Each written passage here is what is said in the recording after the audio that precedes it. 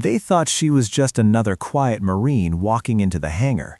No medals, no rank showing, no reputation following her. But when the Marine colonel demanded her call sign, she answered with 2 words that silenced the entire base: Phantom 7. In that moment, even battle-hardened Marines felt a chill run through their spine. Because Phantom 7 wasn't a person, she was a myth, a ghost who appeared only when missions were so dangerous that even special forces refused to go. And now, she was standing right in front of them. Welcome to United War. Scene 1. The Mysterious Arrival. The wind cut sharply across Camp Wyvern, carrying the smell of jet fuel and ocean salt. Marines hustled across the tarmac, loading crates, refueling Ospreys, shouting orders. Then, the noise began to fade. A woman in a standard Marine flight suit stepped out of a transport truck. Dark hair tied back, calm, steady walk, expression unreadable. No one recognized her. No one saluted. No one even looked twice. Until the colonel stopped mid-step, sensing something was off. Colonel Briggs, a towering man with 2 decades of combat behind him, stared at her with narrowed eyes. "Briggs, you there. This is a restricted ops zone. Who authorized your presence?" She didn't flinch, didn't blink, didn't break stride. A chill crawled up his spine. "Colonel." "Marine, state your call sign." She finally lifted her head, eyes cold, quiet, trained. Her voice was calm, controlled, too controlled. "Marine. Phantom 7. The wrench in Briggs' hand slipped and hit the ground. Marines turned toward the sound. Silence spread across the hangar like a shockwave. Because every Marine there knew one thing: Phantom operatives don't walk onto bases. They just appear. Scene 2.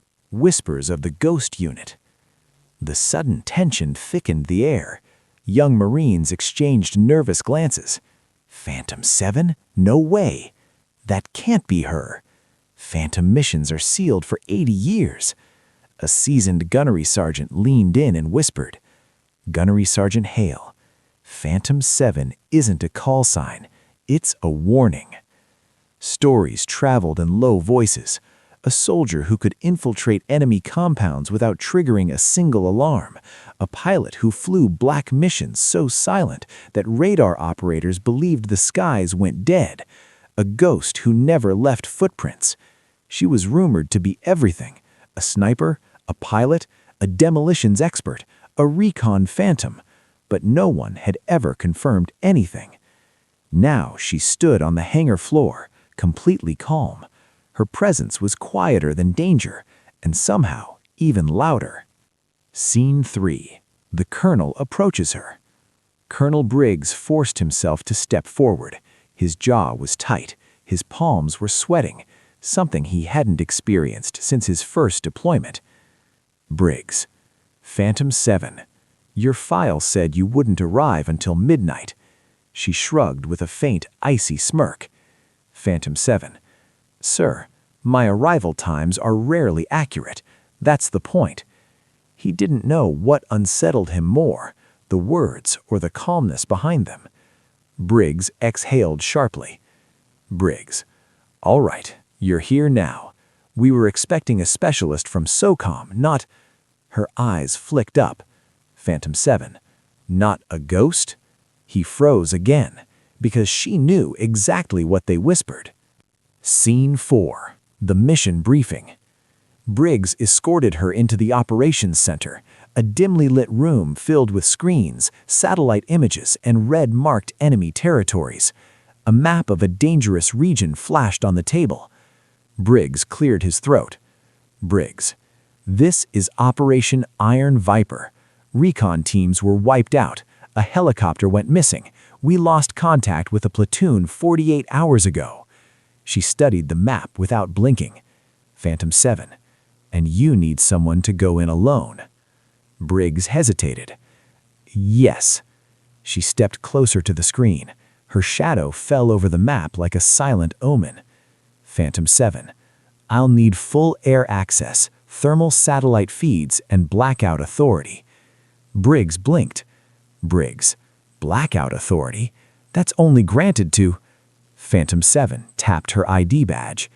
The badge wasn't Marine Corps issue, not SOCOM issue, not even CIA. It belonged to a program no one spoke about openly, a classified Spectre division, buried so deep in the Pentagon that the president needed 3 passwords and a retinal scan to access it. Briggs's jaw dropped to a whisper. "You're really Phantom 7." She didn't deny it. She didn't confirm it. She simply looked at him the way a storm watches the ocean. Phantom 7. When do I leave?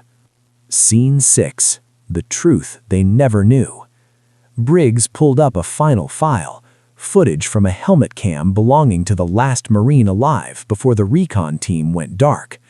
A distorted voice whispered through static. "Something's in the forest. We can't see it. It moves to..." The feed cut to black.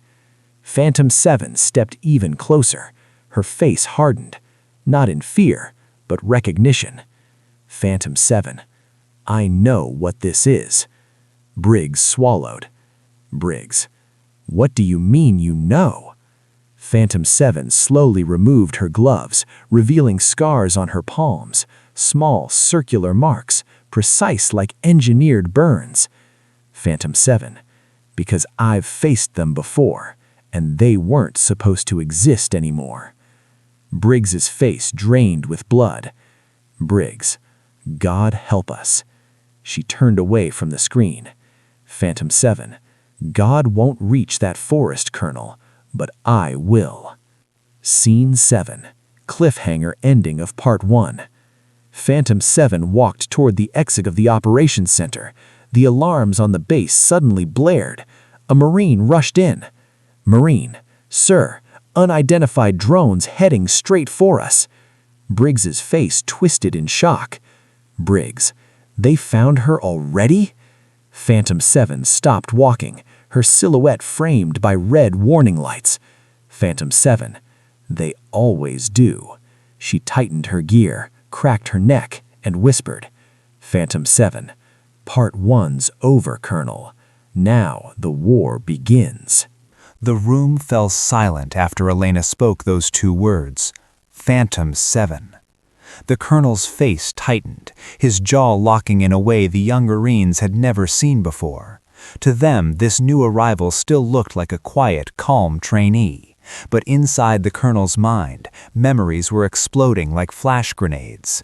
Missions, classified reports, unsolved mysteries, all tied to one ghost-like operative whose existence was often debated. And suddenly, she was standing right in front of him. The Colonel didn't speak for several seconds. Instead, he slowly lowered the clipboard he was holding, as if it had suddenly become too heavy. Elena watched him without flinching, hands folded behind her back, posture straight, breathing steady. She had seen this reaction before, people realizing the truth. But she wasn't here to impress anyone. She was here because the mission demanded it. The young Marines exchanged confused looks. One whispered, "Sir, is everything okay?" But the Colonel didn't answer. His eyes stayed locked on Elena. Finally, he stepped forward and said quietly, "Phantom 7? From Omega Unit?" Elena didn't nod. She didn't smile. She simply replied, "I go where I'm ordered, sir." That was her way of saying yes, without revealing more than she was authorized to.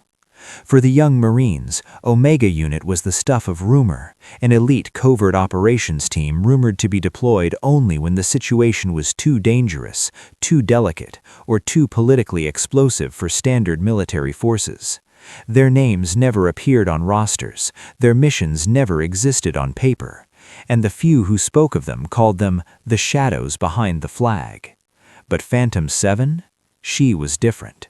Her reputation wasn't built on noise, it was built on silence, on missions solved before they escalated, threats neutralized before leaders woke up to the danger, operations executed with such precision that analysts sometimes questioned if they were even humanly possible. And now she was here, in a training hangar surrounded by recruits who had no idea who she really was. The colonel cleared his throat, trying to steady himself. "Why are you here, sir? Your unit doesn't take standard assignments." Elena glanced around the room, choosing her words carefully.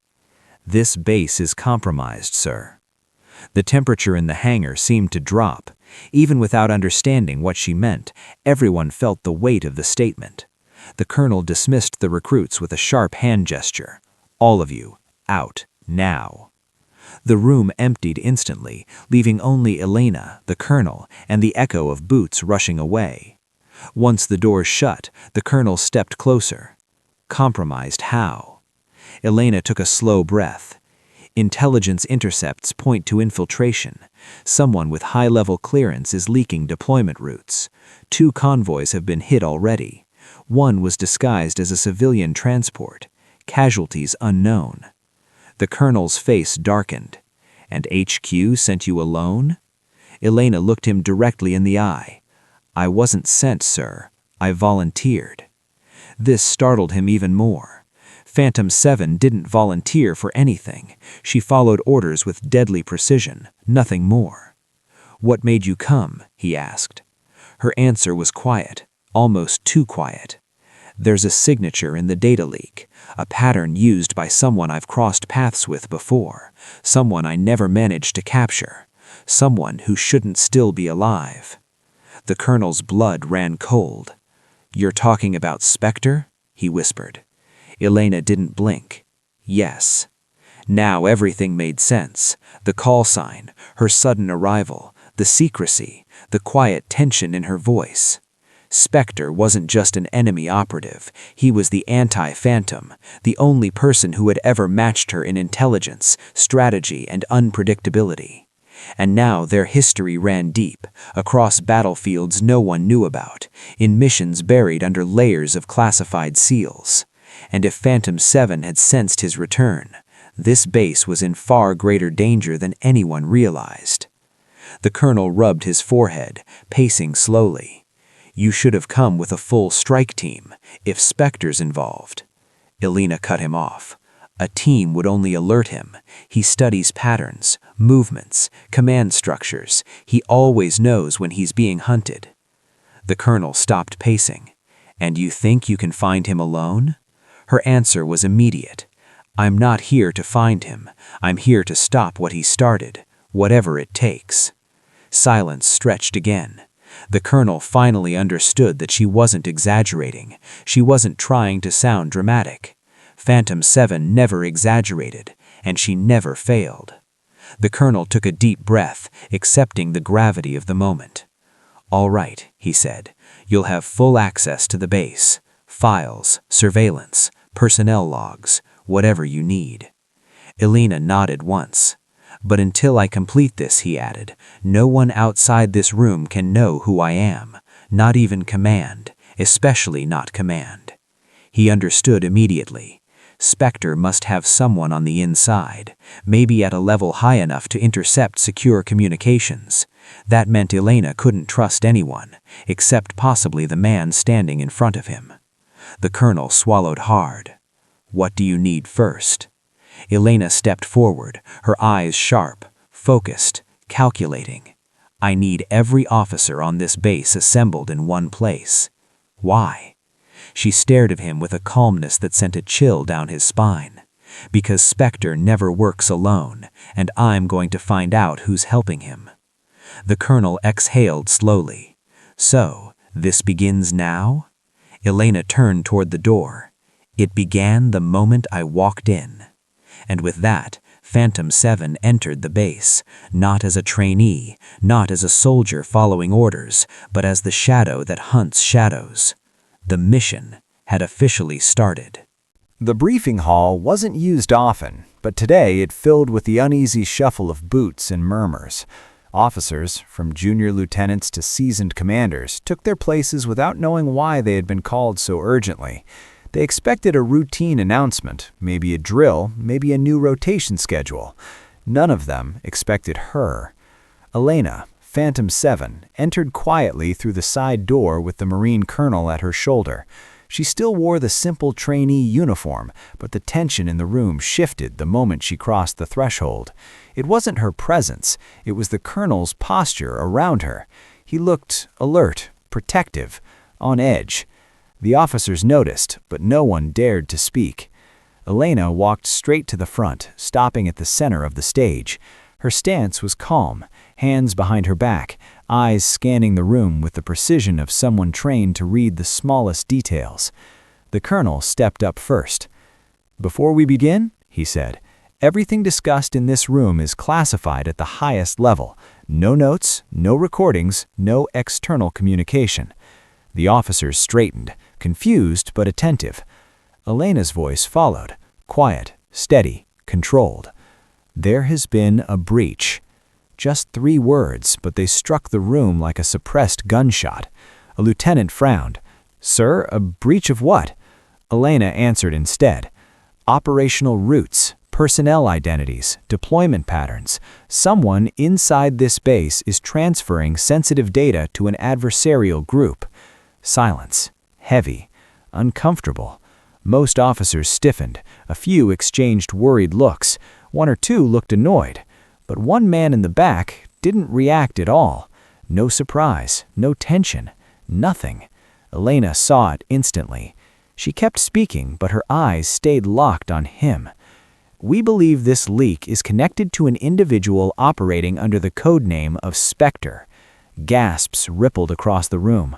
Officers whispered urgently. Everyone had heard the name, but only through rumor. A ghost, a saboteur, a phantom of chaos. Elena continued, unfazed. "Spectre does not act alone. He always uses someone on the inside, someone with access, someone who blends in." She paused deliberately. "And someone in this room is aiding him." The words landed like a punch. Officers shifted, outraged, offended, defensive. A commander stood up. "With all due respect, who are you to accuse us? We've served here for years. Some of us have bled for this base." Elena held his gaze. "And some of you would betray it." The colonel stepped in, his tone firm. "You will listen to her. That is an order." The room fell silent again. Elena could feel the shift. Resistance was turning into attention and fear. She spoke calmly. "Before I entered this room, all security logs were duplicated to a sealed server. Every access point has been frozen. No one leaves this building until the leak is found." Suddenly, panic flickered across a few faces, barely noticeable, but noticeable enough for Elena's trained eyes. She observed posture, breathing, micro-reactions. She wasn't looking for guilt, she was looking for expectation. The human body revealed more truth than any confession ever could. A captain near the right wall tapped his finger on his thigh repeatedly. Anxiety. A lieutenant kept swallowing. Fear of accusation, not necessarily guilt. A major's jaw twitched. Anger, defensive, normal reaction. But the man in the back, still no reaction. Stillness was the hardest to fake. The colonel saw Elena's focus drift and followed her gaze. She stepped off the stage, descending the steps slowly, every footstep echoing in the hall. "What's your name, Major?" she asked, without raising her voice. He looked up, expression neutral. "Major Collins, ma'am." "Collins," she repeated. "How long have you been stationed at this base?" 2 years. "Your record is clean. Commendations, no disciplinary issues, no unusual travel patterns, no unexplained transfers." Some officers looked confused. How did she know all this? Elena stepped closer. "Which is exactly why you interest me." Colin's eye twitched, just slightly. Elena caught it.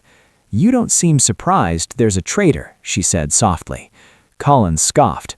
"Respectfully, ma'am, I don't react to rumors." She stared at him, unblinking. "Spectre doesn't recruit through ideology. He recruits through leverage. The colonel approached cautiously. "Elena, what are you seeing?" She didn't answer him. Her eyes stayed fixed on Collins. "You've been quiet, too quiet." Collins folded his arms. "Some of us don't panic under pressure. That's not pressure, that's preparation." A ripple passed through the room. Fear, confusion, suspicion. Collins finally broke eye contact. That was all she needed. Elena spoke softly, but every person in the room felt the intensity. Spectre has someone who knows the base layout, someone who has access to encoded logistics, someone who understands officer rotations. Collins stood slowly, face tightening. "What exactly are you accusing me of?" She stepped within arm's reach. "I'm not accusing you. I'm watching you." The tension was suffocating. Then, without warning, Collins lunged, but Elena was faster. Before anyone processed what was happening, she had pivoted, grabbed his wrist, twisted his arm behind his back, and pushed him face down on the table with lightning precision. Gasps exploded across the hall. Collins roared, struggling. The colonel shouted, "Stand down!" But Collins didn't. He fought with the strength of a man who wasn't just trained, but desperate. A typical officer would have stopped. Collins didn't. Elena tightened her hold, her voice ice cold in his ear. "You just confirmed everything." A small metallic clink echoed as something slipped from Collins' sleeve. A data chip. The room erupted into chaos. Officers jumped back. Some cursed. Some shouted. The colonel stared at Elena in shock. "How did you know?" Elena lifted the chip. Because Spectre always plays 2 moves ahead, and Collins was waiting for his cue. Collins hissed through clenched teeth. "You don't know anything about him." Elena leaned close. "I know enough." She handed the colonel the chip. "And now," she said, stepping back, "we know the Infiltrator." Officers surrounded Collins, restraining him, dragging him away. But something wasn't right. He wasn't panicking. He wasn't afraid. He was smiling. Elena saw it, and that smile chilled her more than anything else. Because Spectre never sent just one operative. This wasn't the end of the hunt. This was the beginning. The hallway outside the briefing room buzzed with chaos as Major Collins was dragged away in restraints. Officers whispered, some angry, some shaken, and some finally realizing that Phantom 7 was nothing close to a trainee. But Elena wasn't looking at Collins anymore. She was staring at the door he was being taken through. Because his smile, that unsettling, calm, knowing smile, wasn't a victory. It was a message. Spectre was still inside the base. The colonel caught up to her. "Elena, what did you see?" She didn't turn to him. This wasn't an operation. It was a test run. "For what?" Elena finally faced him, expression grave. "For something Spectre doesn't want us to stop." The colonel felt it in his chest, an icy sinking. "We need to lock down Ops Command." She nodded. They moved quickly through the corridor, passing Marines who tried to salute, but Elena brushed past them, her focus razor sharp. Phantom 7 was awake now, her instincts, her precision, her awareness, and everyone on that base could feel it. The power shut down. As they neared the central command wing, the lights flickered. Then, boom! A tremor shook the hallway as emergency sirens blared. The colonel shouted, "What was that?" Elena didn't slow down. Power diversion. Someone overloaded the auxiliary grid. Red emergency lights flashed overhead as they pushed toward the main operations room. Inside, chaos. Screens flickered. Communication panels went dark one by one. Officers scrambled to restore connections. A technician yelled, "We're losing satellite feed. Someone rerouted our intel link." The colonel looked at Elena. "He's after our eyes." She shook her head.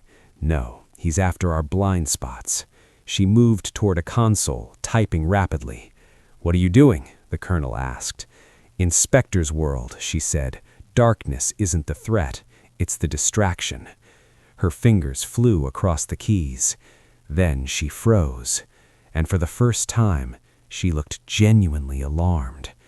"Colonel," she said slowly, "someone opened the east hangar." The colonel's face paled. "That hangar is restricted. Only aircraft with stealth clearance are there." Elena locked eyes with him. "Spectre's not extracting data." Her voice hardened. "He's extracting equipment." The hunt across the base.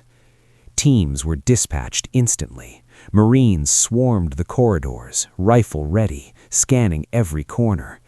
But Elena wasn't looking for soldiers. She was reading patterns. "Spectre never moves through the obvious path," she whispered as they led the colonel through the supply corridor. "He blends with noise, with the environment." She paused, listening. There, footsteps ahead, quiet, too quiet. They rounded a corner and found 2 Marines unconscious on the floor. No blood, no alarms, clean takedowns. Elena knelt beside them. Pressure point strikes, non-lethal, fast.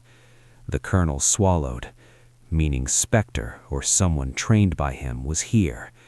Elena rose, and recently. Confrontation in the east hangar. They reached the hangar, a massive steel structure guarded by blast doors.